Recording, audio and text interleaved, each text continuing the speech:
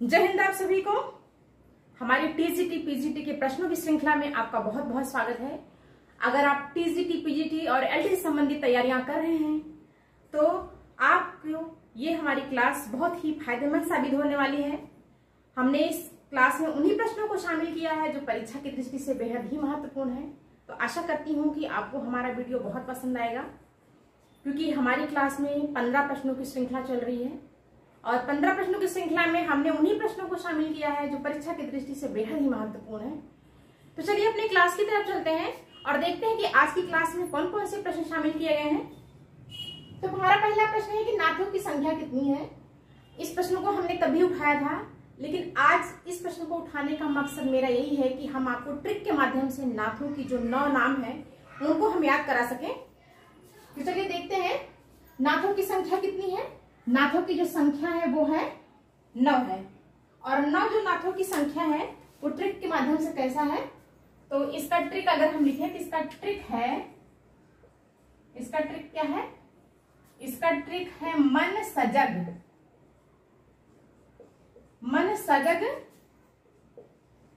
चाहे भज। अब इसको देखते हैं कौन कौन से 9 नाथ सम्मिलित है इसमें। तो मां से कौन हो गया, मां से हो गए मलयार्जुन, ना से हो गए नागार्जुन, और सा से हो गए सत्यनाथ, और जा से हो गए जड़ भरत, और गा से हो गए गोरखनाथ,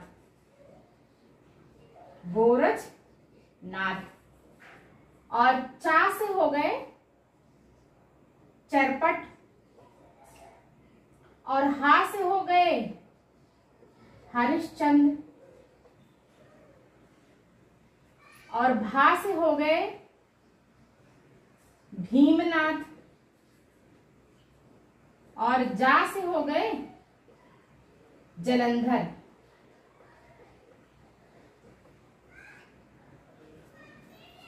कितना आसान है ना याद करना। आप इस ट्रिक को फॉलो करके बहुत ही आसानी से नाथों की जो 9 नाम है आप बहुत आसानी से याद कर सकते हैं, और आशा करती हूँ कि आपको याद भी हो गए होंगे। तो अगर आपको याद हो गए होंगे तो हम अपने दूसरे प्रश्न की तरफ चलते हैं।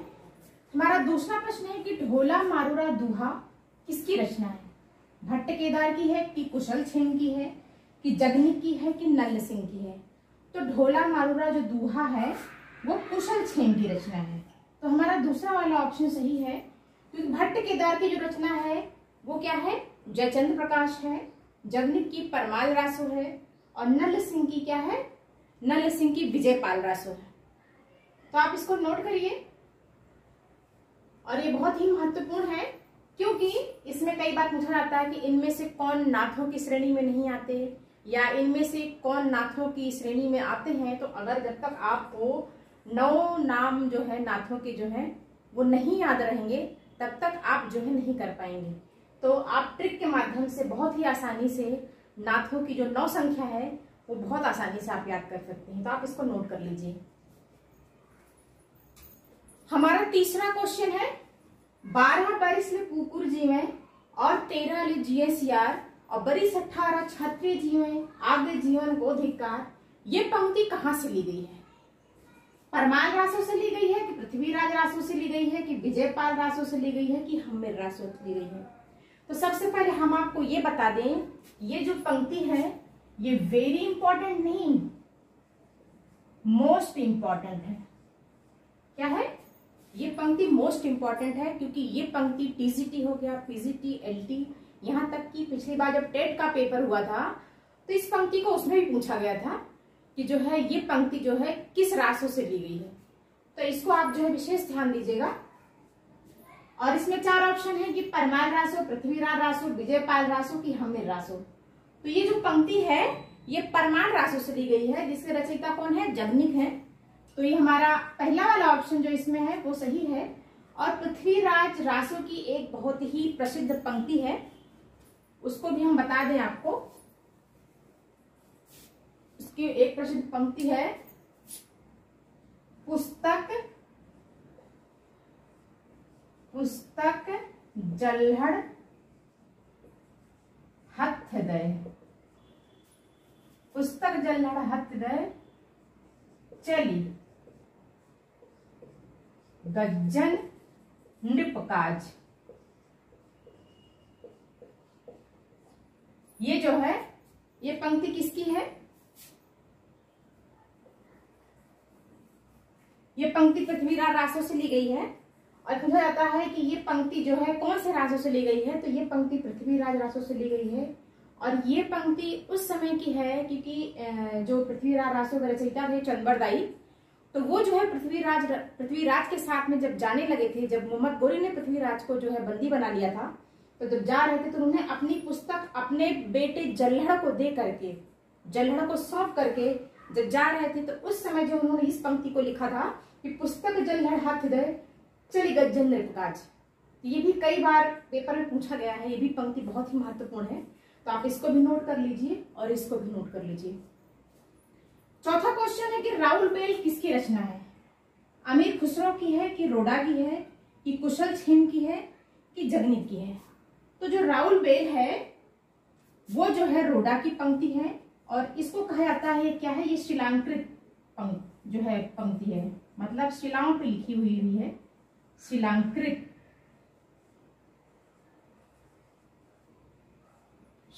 पंक्ति है। तो पूछा जाता है कि राउल बेल जो है कैसी पंक्ति है, तो क्या है, ये शिलांकृत पंक्ति है। इसको आप नोट कर लीजिए।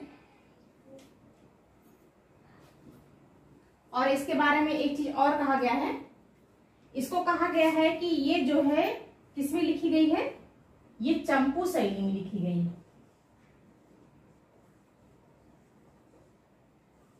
ये चंपू शैली में लिखी हुई है। इसके 3 प्रश्न बनते हैं राउल बेल की, कि राउल बेल किसकी रचना है, तो राउल बेल रोडा की रचना है, कैसी पंक्ति है, शिलांकित पंक्ति है, और कौन सी शैली में लिखी गई है, तो चंपू शैली में लिखी गई है। तो ये प्रश्न भी बेहद महत्वपूर्ण है। आगे चलते हैं। 5वां प्रश्न है कि उक्त व्यक्ति प्रकरण कैसा ग्रंथ है? विरह काव्य है कि व्याकरण ग्रंथ है कि शोक गीत है कि वीर काव्य है? तो हमने आपको पिछली क्लास में बताया था कि उक्त व्यक्ति प्रकरण जो है एक व्याकरण ग्रंथ है। तो कौन सा ग्रंथ है? ये व्याकरण ग्रंथ है। यह जो है सही है। इसके रचना कौन है? इसका रचनाकार दामोदर शर्मा। और हमने एक व्याकरण ग्रंथ और को बताया था आपको, एक व्याकरण ग्रंथ है शब्दानुशासन। क्या? शब्दानुशासन। इसके रचनाकार कौन है? इसके रचनाकार है हेमचंद। दूसरा प्रश्न है कि वर्ण रत्नाकर किसकी रचना है? देवसेन की कि रोडा की, ज्योतिरीश्वर ठाकुर की कुशल क्षेम की? तो वर्ण रत्नाकर जो है वो ज्योतिरीश्वर ठाकुर की रचना है। देवसेन की श्रावकाचार थी। अभी रोडा की हमने पढ़ा कि ढोला मारूरा दूहा, उनकी रचना थी। रोडा की जो है राउल बेल है और कुशल क्षेम की क्या है? ढोला मारूरा दूहा। इसको नोट कर लीजिए। 7वां प्रश्न है कि नजरान ए हिंदी किसकी रचना है? अमीर खुसरो की है कि रामचंद्र शुक्ल की है, जयशंकर प्रसाद की है कि अब्दुल रहमान की है? तो नजरान ए हिंदी किसकी है? अमीर खुसरो की है। और इनकी और भी रचनाएं हैं, जैसे हो गया खालिक बरी है, और इनकी है मुकरियां है। क्या है? मुकरियां। और गजल भी है। और इनकी है हालात ए कन्हैया। क्या? हालात ए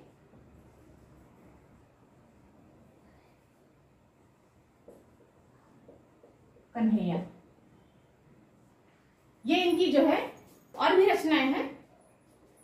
8वां क्वेश्चन है कि तज़किरा ईश्वराई नामक हिंदी इतिहास ग्रंथ किसने लिखा?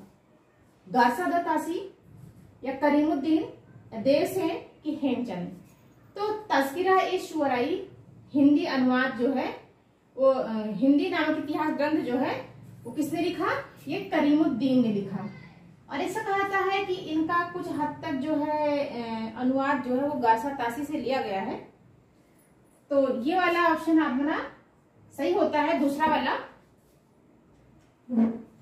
हमारा 9वां प्रश्न है, आदिकालीन साहित्य का प्रमुख रस कौन सा है? यह प्रश्न जो है पीजीटी 2015 में पूछा गया है। तो आदिकालीन साहित्य का जो प्रमुख रस है वो कौन सा है? वो है वीर रस। क्योंकि रामचंद्र शुक्ल ने भी क्या कहा है, जो है आदिकाल को वीर गाथा काल के नाम से संबोधित किया है। तो और उसमें जो है उन्होंने जितने भी ग्रंथों को रखा है तो उसमें जो है ज्यादातर वीर काव्य का वर्णन हुआ है। तो इसलिए जो है उसको क्या कहा जाता है, मतलब उसमें कि सबसे ज्यादा रस कौन से हैं? वीर रस से संबोधित किया गया है। तो इसलिए जो है आदिकाल में सबसे ज्यादा बहुलता जो है वो वीर रस की पाई जाती है। तो इसलिए हमारा तीसरा वाला ऑप्शन जो है वो सही होता है कि आदिकालीन साहित्य का जो प्रमुख रस है वो वीर रस है। क्योंकि आप चाहे चंद्रबरदाई को उठा लीजिए और चाहे परमाल रासों को उठा लीजिए, इन सब में जो है योद्धाओं की वीरता का वर्णन मिलता है। इसलिए आदिकालीन साहित्य में जो है वीर रस की जो है प्रमुखता है। 10वां प्रश्न है कि छप्पियों का राजा किसे कहा जाता है? जगनिक को, दलपत विजय को, कि चंद्रबरदाई को या नंद सिंह को? तो छप्पुओं का जो राजा है वो चंद्रबरदाई को कहा जाता है, जो कि इनकी रचना क्या है? पृथ्वीराज रासो है। माधो हम परिणाम निराशा किसकी पंक्ति है? और हाँ, ये छप्पियों का राजा किसे कहा जाता है ये पूछा गया है, पीजीटी 2003 में पूछा हुआ है। 11वां क्वेश्चन है कि माधो हम परिणाम निराशा किसकी पंक्ति है? कबीर की है कि रहीम की है कि मीराबाई की है कि विद्यापति की है? तो ये जो है पंक्तियां विद्यापति की पंक्ति है। इसको नोट कर लीजिए, आगे की तरफ चलते हैं। 12वां क्वेश्चन है, ये असिस्टेंट प्रोफेसर में पूछा हुआ क्वेश्चन है कि एक थाल मोती से भरा, सबके सिर पर औंधा धरा और चारों ओर या थाली फिरे, मोती उसमें से एक ना गिरे। ये उनकी क्या है? ये इनकी पहेलियां हैं, क्या बोलते हैं, अमीर खुसरो का। इसमें 13वां तीसरा ऑप्शन सही है कि अमीर खुसरो की रचना है। क्योंकि हिंदी साहित्य में एक ही ऐसे कवि बोल सकते थे जिन्होंने अपनी जो रचना है खड़ी भाषा में की, और क्या बोलते हैं उसमें उन्होंने पहेलियां और मुकरियां दोनों को भी स्थान दिया था। तो ये पंक्ति जो है अमीर खुसरो की पंक्तियां हैं, जिसको नोट कर लीजिए। 13वां वाला क्वेश्चन है, एक नार पिया को भानी, तनवा को सगरा जो बानी। ये किसकी पंक्ति है? रहीम की है, कबीर की है कि अमीर खुसरो की है कि केशवदास की है? तो ये पंक्ति भी क्या है?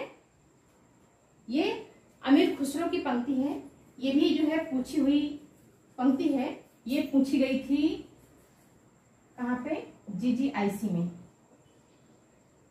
जीजीआईसी में पूछी हुई पंक्ति है। तो दोनों पंक्तियां बहुत ही महत्वपूर्ण हैं, तो इनको आप नोट कर लीजिए। 14वां क्वेश्चन है कि नाटक जारी है, ये किसकी कविता है? जयशंकर प्रसाद की है कि लीलाधर जगुड़ी की है कि महादेवी वर्मा की है कि केशवदास की है? तो ये जो है नाटक जारी है, ये लीलाधर जगुड़ी की रचना है। 15वां प्रश्न है कि इन्हीं हथियारों से उपन्यास के लेखक कौन है? रामचंद्र शुक्ल, अमरकांत, मन्नू भंडारी, जयशंकर प्रसाद? तो इन्हीं हथियारों से जो उपन्यास है वो अमरकांत का उपन्यास है। और इस उपन्यास का इनको क्या मिला था? इनको मिला था साहित्य अकादमी पुरस्कार। साहित्य अकादमी पुरस्कार इनको इसमें मिला था। तो आशा करती हूँ कि 15 प्रश्नों की जो श्रृंखला है जो हमारी लगातार चल रही है वो आपको बेहद ही पसंद आ रही होगी।